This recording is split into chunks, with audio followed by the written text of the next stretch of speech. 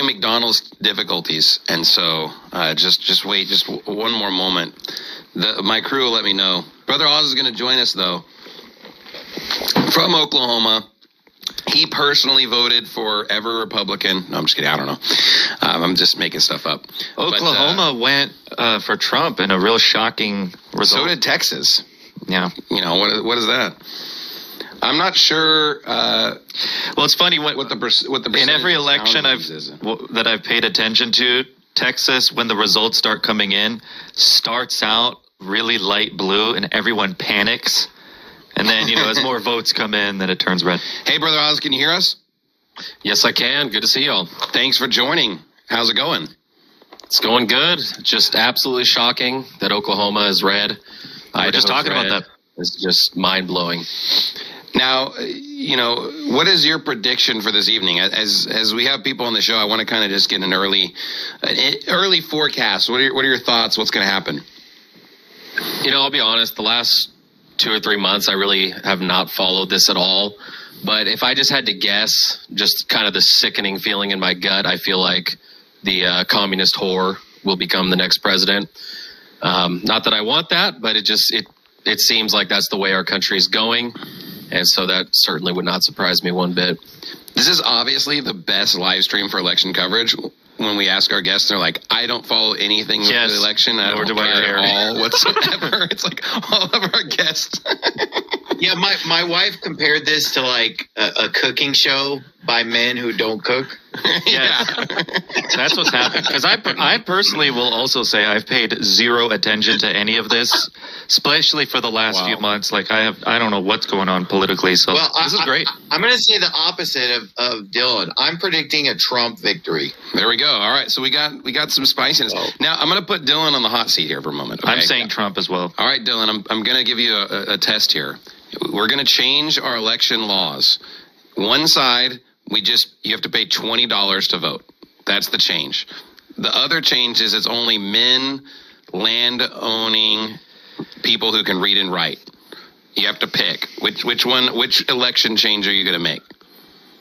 Clearly, you have to be, the white slave owning. No, I'm just kidding.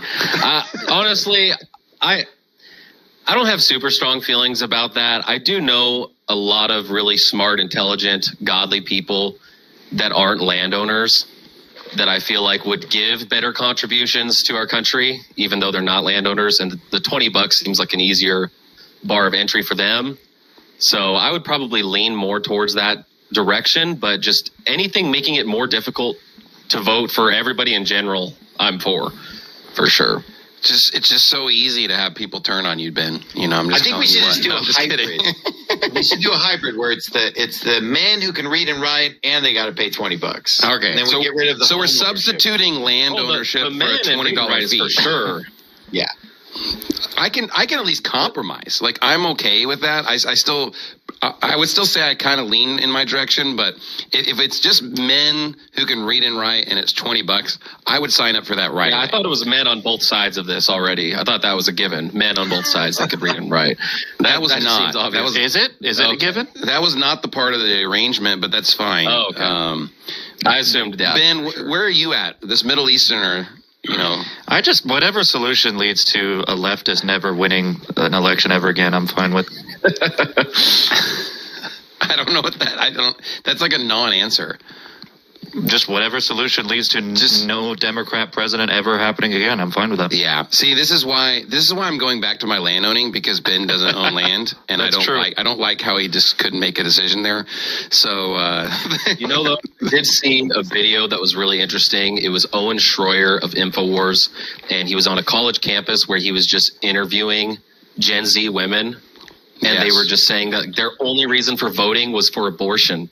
And I even hear this amongst my coworkers, amongst blue-collar men, that, men should never be deciding, laws about a woman's body. And I'm just thinking, what if I told you every law virtually that exists is telling you what you can and cannot do with your body, including the speed limit, including voting laws? It's just such a stupid obviously thing. It's brain dead nonsense. It's not even their body, though. That's the biggest problem. Right? Exactly. Right. My speed, my choice. My speed, my choice. It's not their My body. car, my and choice. Every law regulates what you do with your body. It's just so stupid. On My gun, my choice. I'll give you a real answer.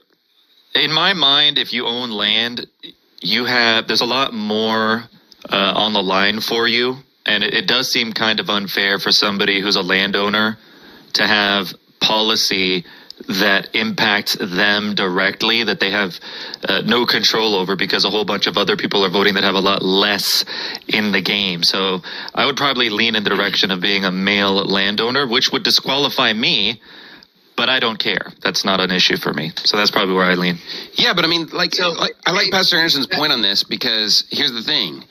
Some people are disqualified in the sense of like not everybody could be a pastor, but we all like, having some standards because then just not any Yahoo. So there's a lot of people that may never be a pastor that still like there's some kind of a standard. Yeah. So it could be like there's a lot of men that like there being a standard for voting, even if you don't necessarily meet that requirement. Like I think a lot of women agree with the 19th Amendment being repealed, even though that would mean they literally don't get to vote. They're like, hey, I don't think that women make good decisions. So, hey, Pastor Thompson, how's it going? Can you hear us? Going good. Yeah. Last time it was some technical difficulties, and I apologize. I think you were on for a total of 30 seconds last time. So yeah, we had like a whole stream for 30 seconds. How's it going? It's going great. Yeah, I just got into Tempe, so just got settled into the hotel and decided to jump on.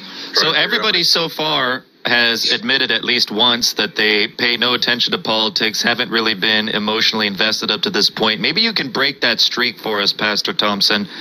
What do you think? Have you really been involved emotionally, looking at this, really cared a lot about this election thus far? Well, it depends if I pay attention or not. If I'm paying attention, I do get a little bit sucked in. I'll admit sometimes that it's hard because obviously I don't want some whore from Babylon, literally Babylon, running our country. But at the same time, Orange Jesus isn't really going to, help us out too much either. So my brother. Wow. We need a savior, folks. Well, that's what my brother calls him. But I mean, obviously he's like one of the most prideful people ever. And the Republican Party is way different than it used to be. I mean, you got Hulk Hogan ripping his shirt off and, Kid Rock coming out looking geriatric on the stage. And it's just, the days of Ronald Reagan. I mean, even Ronald Reagan was kind of out there back in the 80s. You guys are a little bit younger than I am. But I still remember Ronald Reagan, the days of Ronald Reagan, and things were a lot more mellow.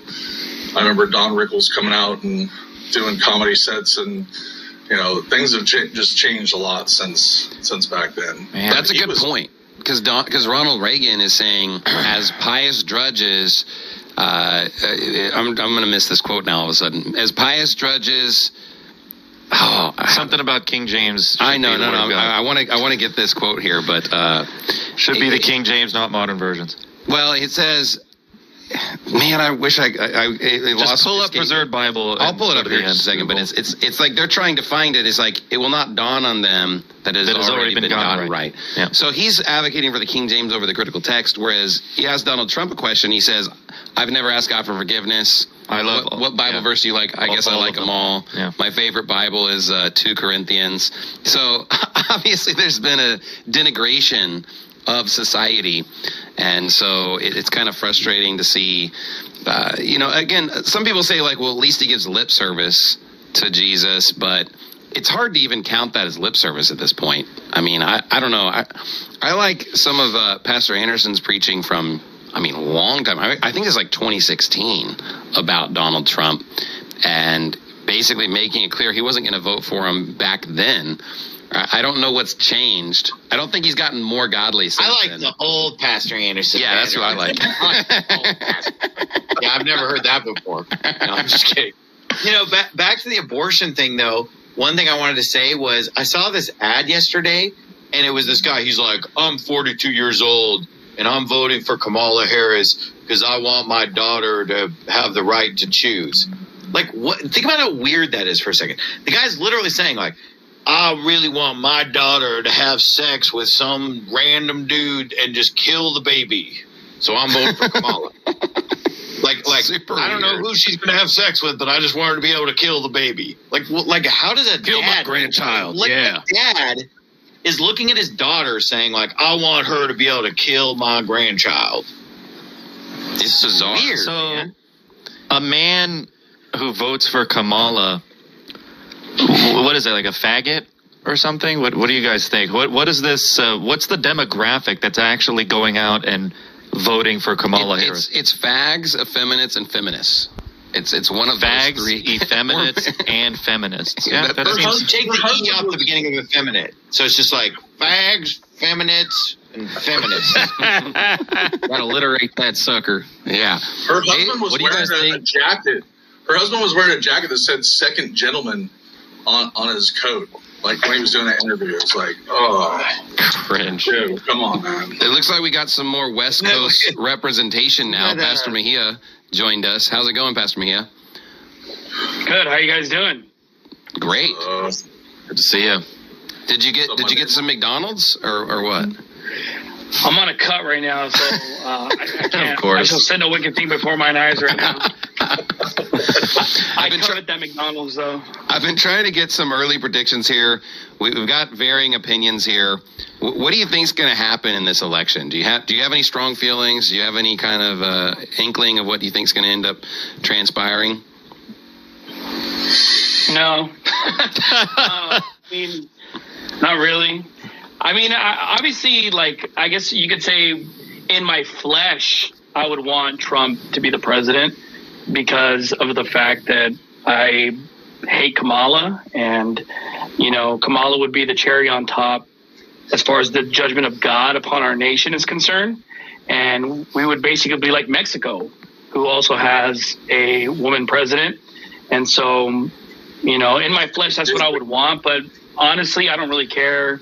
And but also in my flesh, I guess you could say, I would want Kamala to win just so, you know, God's people can stop placing their faith in the White House and actually get right with God, and they get serious about the things of God. And then I have like a lot of sermon material to preach on if she becomes president, you know. So Pastor Mejia, What do you guys think? you look like you're about ready to go to court and like file a suit on behalf of Trump for election fraud. Oh man. well, it's the election, so I figured I would wear the Republican, you know, pastor type of outfit on, you know. I feel like he looks more like the enforcement. He's kind of his LA branch of the mafia. I'm the West Coast enforcer. Yeah. There we go. He's the party By the way, whip. thanks for having me on the podcast that everyone is actually talking about. So Well, you know, you got to have especially a few weeks ago. You got to have the Baptist bias to want to watch our show. We got lots of Baptists in the show. This is all I want to say. This is all I want to say about that. It doesn't matter. We could caveat the crap out of something for like 10 straight minutes, and we'll still get heat for it. It doesn't matter. Maybe we should just stop doing that. Well, you know, this is the show that it's not a fourth sermon of the week, and so I think I get a lot of interesting criticism for some of the things that we do. But I apparently will invite anyone on my show, as evidenced by the group that we have assembled this evening. And so there you go. Motley Crue. It's the Motley Crue. So what do you think? This is for all of you guys. What do you think would be some of the consequences if Kamala won? It could be spiritual consequences, carnal consequences. What do you guys think? I think all the wives throughout the kingdom will be emboldened against their husband. I agree with that. Yeah, That's it already rewards whoredom. I mean, she is a literal whore that slept her way to whatever position she's in, and I think it just screams like feminism is successful. Feminism rewards you. You can be a whore, and it does not stop you from achieving any goal. But obviously, she's a giant puppet. No one voted for her. She didn't win the Democratic nomination. As far as her party, the Democratic party didn't vote her in and nominate her, and so she's a glorified puppet, which I think would signal to America how fake our government is, how bad it is, and this is what I would want to know. can Baptists finally admit we're being cursed by God?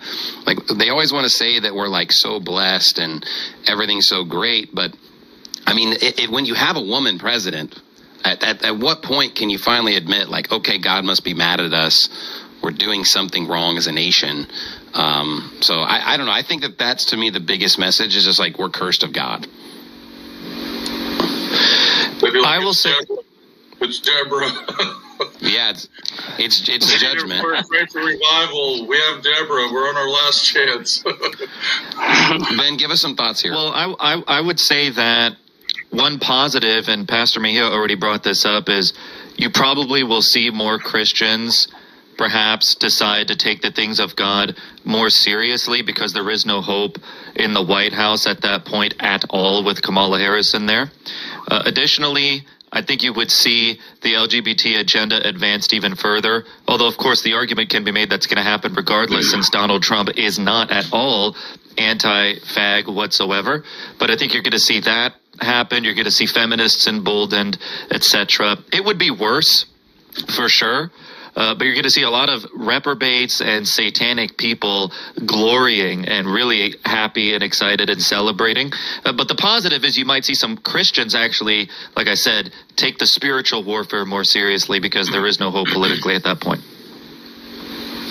Yeah, I think one of the things that I'm concerned about that really has been terrible under this current administration is the weaponization of the criminal justice system. And that is one thing that I think will continue to get worse if she does become president, because it just seems like the Democrats have no shame in persecuting people based on their religion or political views. Whereas I feel like at least Trump, though he is a sleazy person, it seems like he's not really willing to stoop that low to use power to even prosecute someone like Hillary Clinton, which he could have done. You know, so I think that's one thing that could affect Christians and just regular Americans in general in a really negative way if she wins. Yeah, not to mention the saber rattling with Russia. Who knows from a foreign policy perspective what kind of wars we end up getting sucked into. Right. There's a lot of negatives, obviously. So I think you made a great point, Pastor Shelley, about the fact that she's a literal whore, because she literally was appointed to her first political position by sleeping with a married man that was like 20 some years older than her or whatever. And so it kind of sends a message to little girls all over America, like, hey, you can be whatever you want. You can even be the president of the United States. You just have to perform lewd acts to get there. Because think about it, like, if Kamala gets elected, she's the first female president. You know, like somebody, if we ever have a female president, somebody's going to be the first. And just think about how sick it is that the first female president literally got there by performing sex acts for an old man who was married to someone else. Like, it's just this gross whore. And it kind of sends a message that like, that's how you succeed. And there's already so much propaganda out there of like, oh, you can just make porno from home and have your little OnlyFans account or what, you know, I mean, there's already all this crap out there trying to get girls to basically weaponize their virtue and their bodies and everything like that. And it just sends such a disgusting message that you can succeed and literally get to the highest office in the land and succeed and prosper through being a literal whore. I mean, what a role model for girls, huh? And a stupid one at that. Well, and you got the Disney princesses being whores is kind of like a precursor to this, but she's way worse than anything that we've seen before. I think that our country doesn't really deserve grace or a righteous leader, considering how bad our country is as a whole. But at the same time, I don't want that. I don't wish that on our nation. I'm not going to wish that we're cursed. I think that even you could see Jeremiah and the Apostle Paul wanting the best for their nation, even when they're at a really bad low. But unfortunately, a couple times God's like, hey, don't pray for this nation anymore. Or he's kind of like, hey, don't even wish for their good anymore because they're just so bad. And I'm wondering, could it get to a point And I'm kind of curious what you guys' thoughts are. Could it get to a point where God's almost like saying, don't even pray for the good of America anymore? Or do you think that that's a pretty black-pilled viewpoint? What do you think, Pastor Thompson? Sorry, what was the question? Could America get so get to a point? Yeah, he's already so black-pilled on America. He's like, I don't even care. I'm sorry. I'm just kind of curious. Like, do you think it's like I'm the kid not paying attention in class? You're like, Pastor Thompson, what do you think about that? Do you think that America can get so bad that God would say, like, we shouldn't even pray for its good anymore? Kind of like he did with other nations in history. Yeah, I mean, we're kind of pretty close to being there, honestly. I mean, obviously we got a lot of Bible-believing, even the ones that are quote-unquote Bible-believing, a lot of them are super weak. And they're harder preaching about the election than they are about, the things that actually matter, like soul winning and, where are they at when all the queers are taking over? They're like, oh, you should love them and invite them into your church and let them use your bathroom and whatever. And where are they when we're going through all these fights? They're just quiet and we're mean. And, it really is true that the church house is where everything needs to go down. That's where everything the grassroots needs to really start. And all across the nation, all over Facebook, all over social media, the biggest Baptists in the country, all they're talking about is the election. They're not talking about what really needs to be talked about, like getting this country back on track through winning this country back to Christ. But yeah, I mean, I saw a lot of Twitter posts where they were saying, if your pastor didn't preach on the importance of voting for Trump, then you're not in a real church. Like, I saw numerous posts like this, and I'm just thinking, like, I thought that, the Bible's what changed our nation. I saw a guy that was local that I was just interested. I listened to one of his sermons. He has a smaller church, independent Baptist, and I really appreciate his message because he was saying, like, I don't care what happens in this election. Like, if we want to have real revival, it's not through Trump or Kamala. Obviously, he wasn't advocating for Kamala at all, but he's just saying it's not through Trump. It's through the King James Bible. It's through, like, soul winning. It's through getting back into church. Like, that's what's going to change this country, not some particular president or some kind of government. And I think that's the right message. I think that's what independent Baptists should be preaching, is something along those lines. I am kind of curious, though, with my previous question, Pastor Mejia, what do you think about, do you think America could get to a point where God doesn't even want us to pray for its good anymore? Or what are kind of your thoughts there?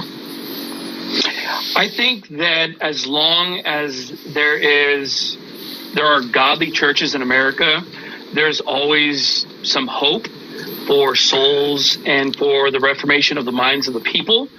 And I think there's always going to be churches in America. I think Christians are always going to be there, obviously at different spiritual levels and things of that nature. But I do believe that there's always going to be a soul winning church in America. And as long as there are a handful of them, that can possibly stay the hand of judgment upon America. And so I pray for individual people. I pray for the people of America. I'm not a hater of America. I'm a hater of the leaders of America. But I love the people, the individuals, and I want them to be saved. And I think we're a blessed country.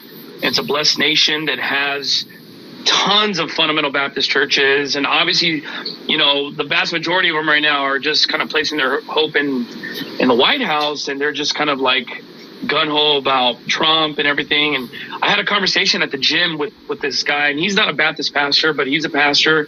And he's kind of freaking out over the whole thing. And he came to me and he's like, tonight's the night. This is really going to do it. We're going to find out. And I just told him, I said, I'm going to be soul winning tonight. And I'm going to be preaching the gospel tonight. And it doesn't matter what happens. God is on the throne. And we just need to make sure that we as Baptist pastors, or as pastors, as Christians, we just keep serving God and preaching righteousness. And we can create our little Goshen, no matter where we're at in the country, where we can avoid the judgment of God upon our particular area. But as far as like the nation is concerned, I believe we can still pray for individuals to be saved. And it doesn't really matter what leaders say. I'm looking to change the minds of the individuals in my sphere of influence, and in my state, in my city, and I still think that's possible.